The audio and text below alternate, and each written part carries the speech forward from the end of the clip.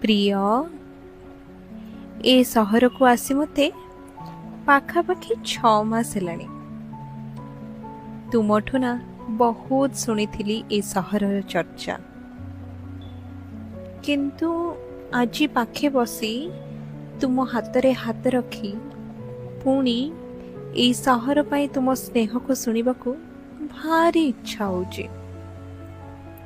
जानिछ, आज ऑफिस रु फेरी तुम पसंद जगह को जाइथिली।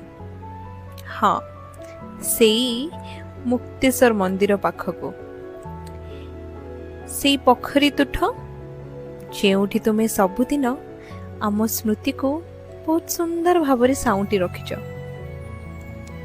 स्वल्प कल्पना नायक भली एमिति काहेकि हजिगल? एई सहर रे एबे एई स्मृति सह मते रहिबाकु पडुछि। एई सहर पई तुम प्रेम को मु ठीक बारी पारिथिली।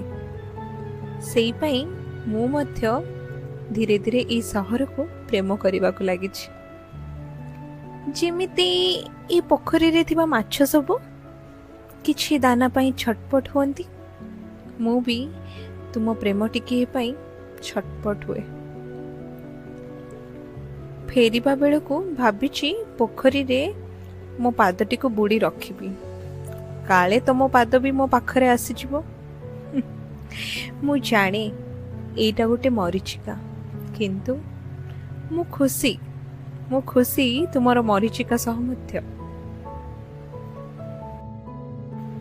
जानिछ, फेरिबा बेले जेते बेले रास्ता छाड़ी पाखर छोट चा दुकान पाखक गली, सेठी ना तुम पसंद अदा पड़ीथिबा चा खास करी मागिली। जानिछ, चारि पाख लोक थिले, किंतु चा कपटी धरी जेते बेले बुली पड़िली मते लागिला तमे थिबो, हेले केही भी नथिले। मने पड़िला ए अंचल को आसिले तुमे सबु बेले ई चा दुकान रो गुणगान करूथाओ। मो आखि टिके बंद करी सिपटे नेली। चा सह मिसिथिला तुम स्मृतिर स्वाद, तुम हसर गुंजन आ तुम हातर बहुत सारा उष्मता। से मुहूर्त मो पई एमिति लागिला जेपरी मु से पुराना समय को भिड़ी आनिछि। ई सहर, ई चा दुकान आम मिलनर गोटे अदृश्य साक्षी हेबा पई थिला। मु अनेक समय चिंता करे तुमे थांत ना किते सुंदर ही थांता ना। ई चा को पिउ पिउ आमे दिन भरर कथा को आरंभ करि दै थांते। तुमे कौन कल, मु कौन कली। हो, ए चाटी थिले मध्य मन तो अंतकरण रे तुम पई एक शून्य स्थान बंधाई देछि ना। ए चा मध्य एमिति ही ठीक ठाक लागुछ, कारण तुमे नथिले ए चार मधुरता भी कहीं।